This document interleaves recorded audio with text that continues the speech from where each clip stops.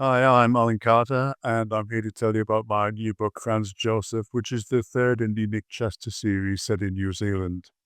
Franz Josef starts with a body being discovered in the glacier, and Nick Chester and Latifa Rapata are sent down from their base in Nelson, the top of the South Island, to investigate where this body came from, what's happened to it. It quickly turns out that the body isn't there by accident, and it looks like a murder. So Nick and Latifa start to investigate that. They're unable to call upon any help with that investigation because the town is then cut off by a massive storm, and nobody can get in or out. So it's just them and this killer in town. The body in the glacier turns out to be a young Sudanese man, and the story behind him ending up in the glacier dead takes us back to a civil war in Africa many years ago, and allegations of atrocities and such like. So it's a quite a wide-ranging story that emerges from this small town, if you like, mystery.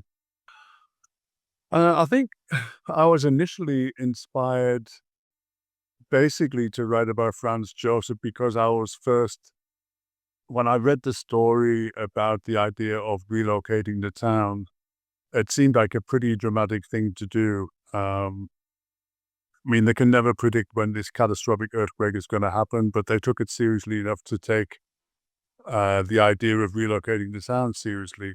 In the end, that didn't eventuate, but the idea of a what if story to pose that seemed like an interesting one for me.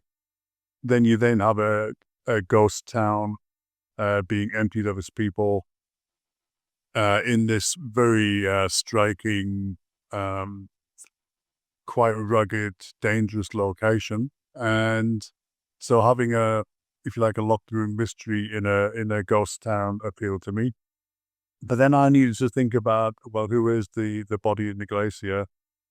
And that kind of led me to other stories. I mean, I've got a little bit of a background in the international aid sector myself. I haven't actually worked overseas, but I'm very familiar with it.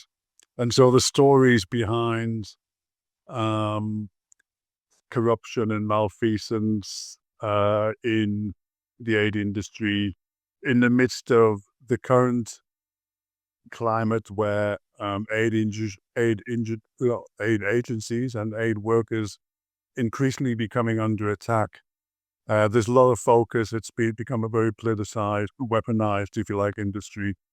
And so I think I was quite interested in looking at how hard it is to keep on doing good in a world that's turning increasingly bad.